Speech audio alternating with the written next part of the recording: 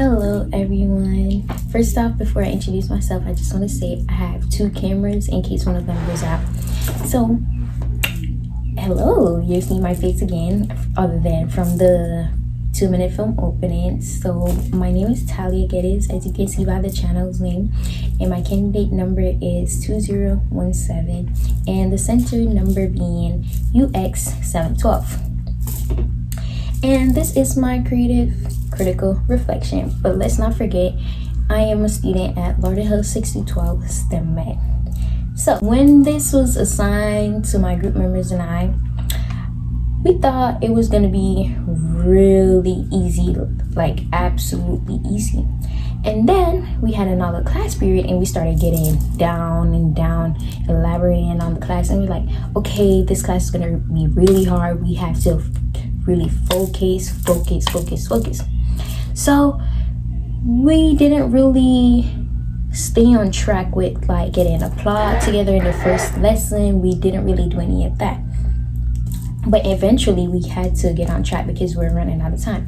So we came up with at least 2 to 3 plots that we were thinking about using, but we chose this one because we really thought it was going to be interesting. It was going to draw that attention to the audience that we needed. So when we started thinking about the genre, which was horror, as you can see in the film, we know we wanted to do something that involves a crime. This is only because the different horror movies that Giovanni and I watch, because typically Gabrielle or other group member, she doesn't really watch horror movies like that. So she agreed to do horror movies since Giovanni and I really know a lot about them.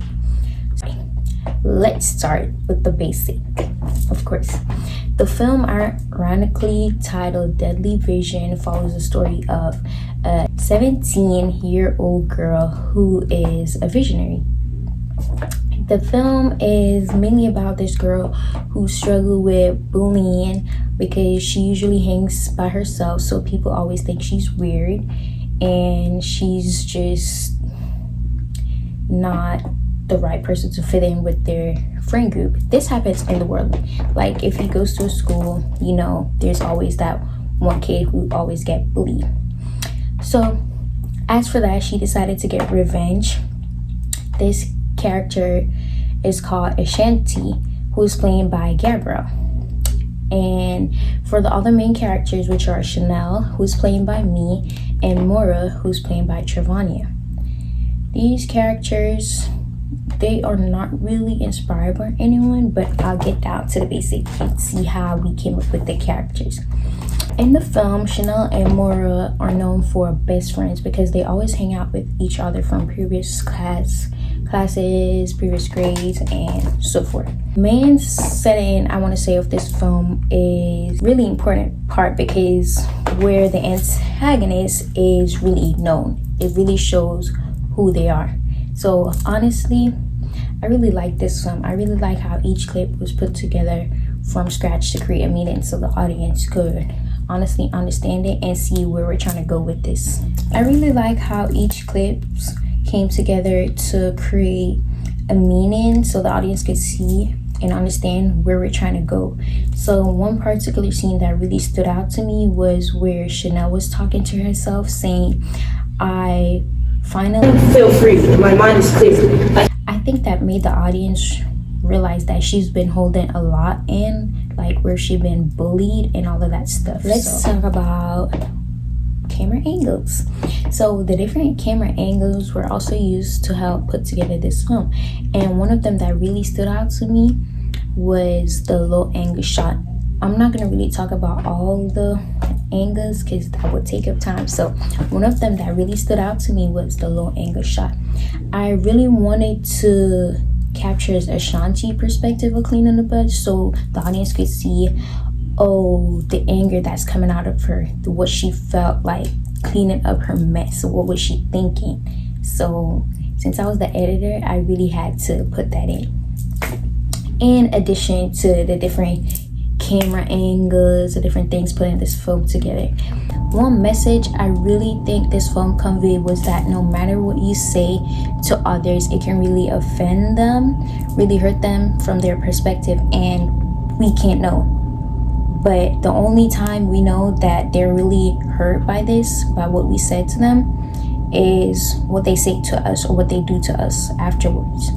So funny thing is, I use this technique that I saw from a Disney TV show called Raven's Home.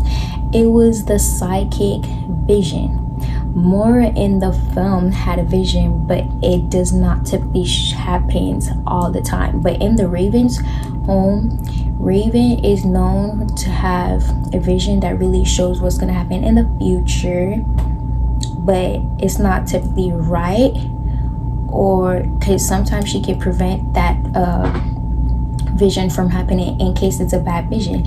That's not typically Mora. Mora have some illness, so Mora have vision maybe at least once a month, I would say. We didn't really go in depth to that part, but Mora is a visionary, so I really wanted to use that technique from Raven's Home, which I was able to fulfill, I want to say. I think the technique was effective because it really brought out to that first part of the film, that scene, to show the audience that Mora was having a vision, hence the name of the film, Deadly Vision. So I was able to do that, and I'm so grateful for CapCut, which was the edit app that I used. I chose this app because it was really easy, and I've been editing videos from back in 2020, so it was an app that I was used to, so I didn't really have any problem with CapCut. The only thing I had problem was with putting each clip together, which I was able to fulfill. I was able to do it by watching other tutorials, so thanks for YouTube. Thank you. And let's talk about the outside world. So how does the film connect to the outside world? I really think this film connected to the outside world because of the same actions that is happening in the film is also happening outside the world.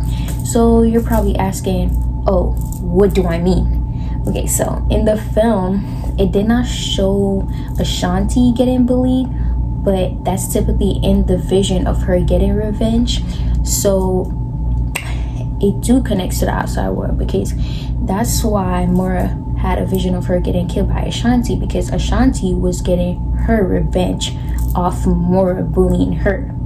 So in the outside world, the same thing happens. Students could get bullied and they would normally get their revenge, depends on how bad it is. Some students would get their revenge maybe by posting bad images on fake accounts, getting the revenge on the people who they were bullied by. I'm sorry.